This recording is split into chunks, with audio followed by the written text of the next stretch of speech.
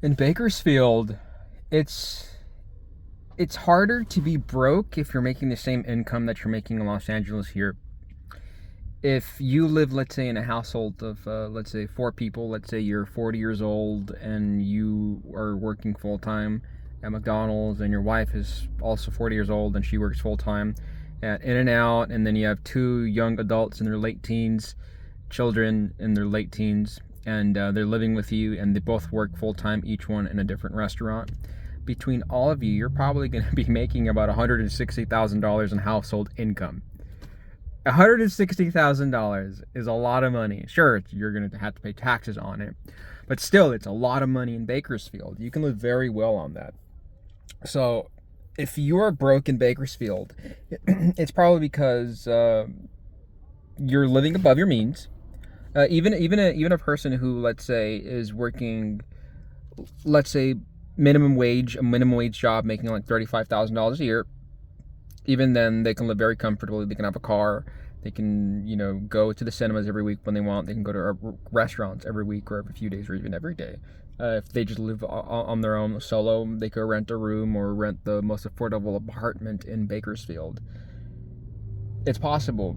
And let's say you donate plasma frequently. So you're making minimum wage, you're making $35,000 a year, and it's $60 an hour. Plus, if you combine that with, let's say you donate plasma and you do that frequently, and you can make like maybe $6,000 a year. So easily, anybody making minimum wage donating plasma, they can make $40,000 a year in income in Bakersfield, California, and that is enough for you to not be broke, unless you're spending way too much. You're spending way too much via your credit cards. You're getting into debt.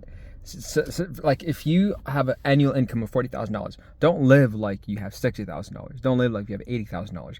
I know people that are making $200,000 a year in Bakersfield, but they're spending $250,000 or $220,000 or $230,000. How are they doing that? Via credit cards. So, sure, maybe according to some people say, oh, one credit card, okay, it's okay, and then you have to pay it back, all back at the end of the month so you can improve your credit.